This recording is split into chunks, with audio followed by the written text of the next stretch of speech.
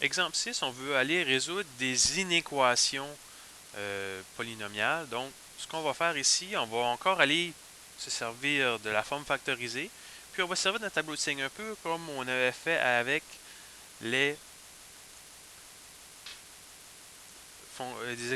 les inéquations rationnelles. Donc, on va aller factoriser ce polynôme ici. Donc, on va aller résoudre f de x plus petit égal à 0. Donc, on va dire, on veut savoir à quel moment est-ce que x à la 3 plus x au carré moins 5x plus 3 est plus petit ou égal à 0. Donc, on peut utiliser le théorème de la factorisation. Euh, on essaie des facteurs de 3 jusqu'à temps qu'on en trouve un qui donne 0. Ici, on trouve que 1 à la 3 plus 1 au carré moins 5 fois 1 plus 3 nous donne 0. Donc, on peut aller factoriser ce polynôme-là à l'aide de la division synthétique. Donc, on l'effectue, on descend le 1, 1 fois 1, ça donne 1, 1 plus 1, 2, 2 fois 1, 2, moins 5 plus 2, moins 3, et moins 3 fois 1, moins 3, pour avoir un reste encore de 0. Donc, on a une équation suivante. On a x moins 1, facteur de x au carré, plus 2x, moins 3. Puis, on veut savoir à quel moment que c'est plus petit ou égal à 0. Ici, on a un polynôme de degré 2, donc deux nombres qui ont un produit de moins 3, une somme de 2. Les deux nombres sont moins 1 et plus 3, donc x moins 1, x moins 1, x plus 3, plus petit égal à 0. Donc, je me trouve à avoir un 0 de multiplicité 2 ici, donc je peux réécrire l'équation comme étant, ou l'inéquation, comme étant celle-ci. Maintenant, tableau de signes, j'ai deux zéros, j'ai plus 1 et moins 3. Donc, moins 3 plus 1.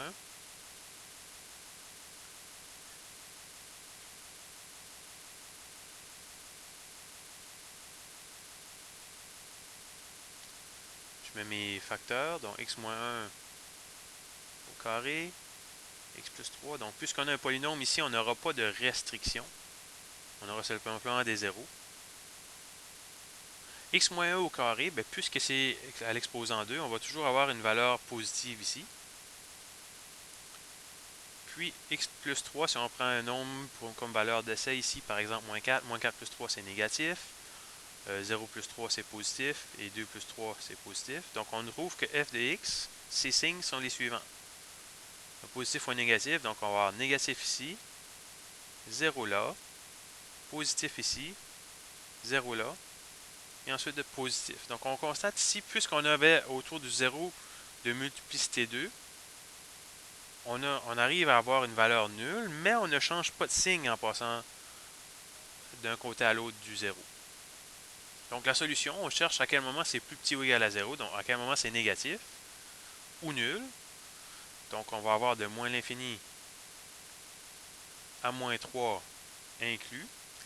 Par contre, il faut faire attention ici, on ne doit pas oublier cette valeur-là ponctuelle, donc c'est simplement au point x égale à 1 qui fonctionne, parce qu'on n'a pas de valeur négative à gauche ni à droite. Donc ce qu'on va faire, on va aussi unir ceci avec l'ensemble qui contient simplement l'élément x égale à 1. Donc c'est ce qu'on a. À la B, on va aller tracer un croquis de la fonction. Puis on va voir que vraiment à l'aide du tableau de signes, ça nous aide aussi. Donc on a deux racines pour cette fonction-là. On a x égale à moins 3, x égale à 1. Donc moins 3,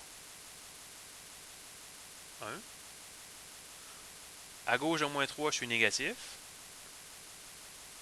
Ou on peut aussi aller voir, j'avais un degré impair avec un paramètre a qui est positif, donc ça va être dans le moins l'infini.